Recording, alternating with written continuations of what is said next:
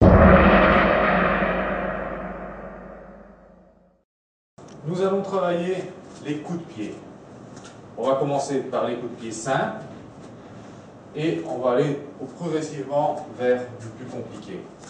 Donc, pour commencer, le maigiri, le coup de pied de face. Position, levé.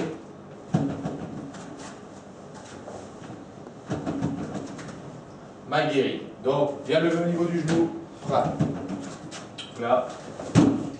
Donc, le coup de pied de face, toujours à un niveau ici, on va taper niveau moyen, niveau Shudan. Hein? Donc, maigiri. Maintenant, le deuxième coup de pied. Mawashi Geri, le coup de pied circulaire. Peut se donner au niveau Gedan, qui sera aussi appelé low kick.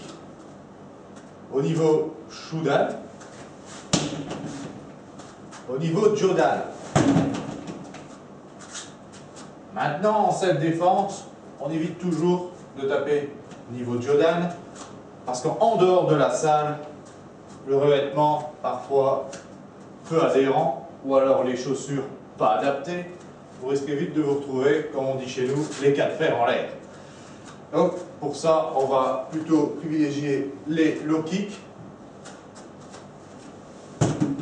et les mawashi-geri à un niveau moyen, un niveau Shudan. Le yoko-geri, le coup de pied fait avec le tranchant yoko-geri. On le tape généralement au niveau Shudan. Donc,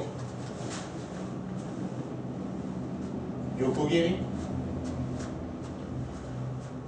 Vous pouvez l'utiliser en self-défense sans problème sur quelqu'un qui s'approche de vous, même en combat. L'adversaire s'approche, vous stoppez. Yoko-geri. Geri. Donc, c'est généralement utilisé pour un balayage de garde. Donc, un croissant. On frappe avec l'intérieur du pied, généralement dans la garde de l'adversaire. Ou, éventuellement, on vient taper sur maigiri. Ça baisse et là, Mikazuki-geri au niveau du visage. C'est tout à fait faisable. Vous avez aussi Gyaku Mikazuki-geri. Donc là, c'est le coup de pied en croissant inverse. Même principe, balayage de garde. Vous pouvez aussi, comme pour Mikazuki-geri, sur un coup de pied, l'adversaire s'abaisse. Au niveau du visage, le Ushiro-geri. Pied arrière. Donc, petit truc, on vient toujours placer sa jambe, l'épaule opposée du partenaire, pivot, et là, vous êtes dedans. Maintenant, si vous ne le faites pas, vous risquez simplement d'être à côté. Donc, bien prendre l'habitude, pivoter, frapper. Yushiro Geri. C'est un coup de pied qu'on utilise assez régulièrement. Une fois qu'on l'a bien maîtrisé, c'est très efficace. Utilisé aussi en self-défense sur les saisies arrière où on vient simplement taper Yushiro Geri. Kakato Geri. Bon.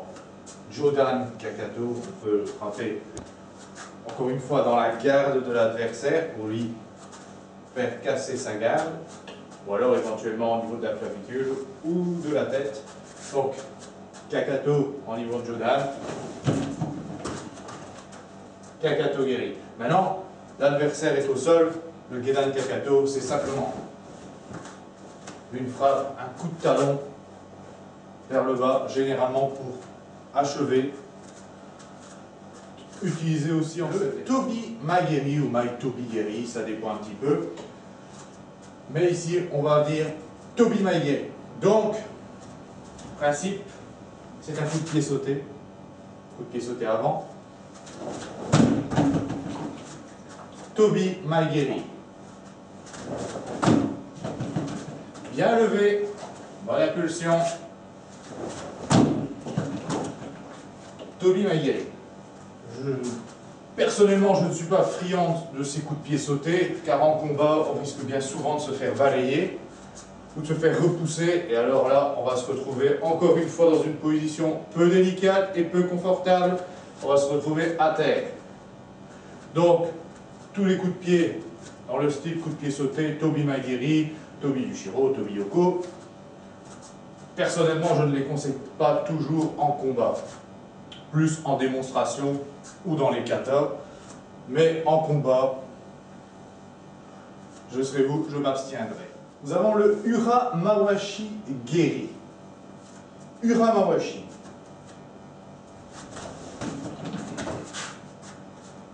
Petit pas.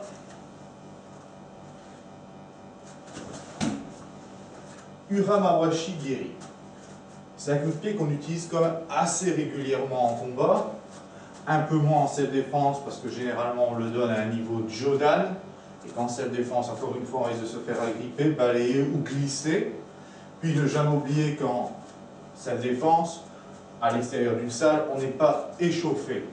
Donc, risque de claquage, encore une fois, ceci pourrait vous mettre dans une position peu confortable et très indélicate. Donc,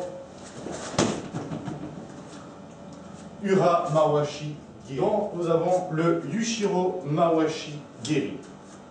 Le coup de pied retourné fouetté. Donc, encore une fois, pivot.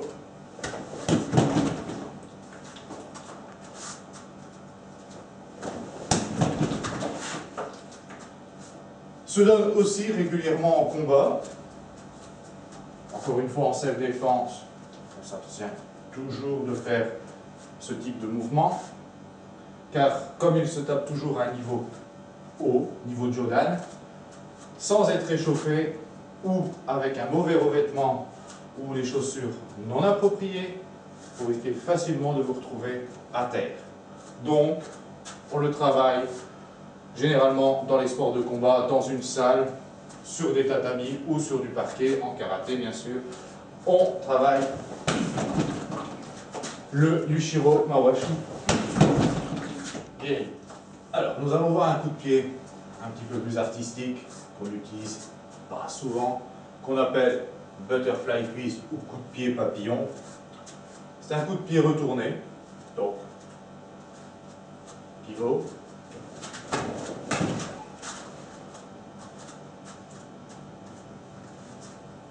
Bien prendre ici, lever, pivoter et frapper.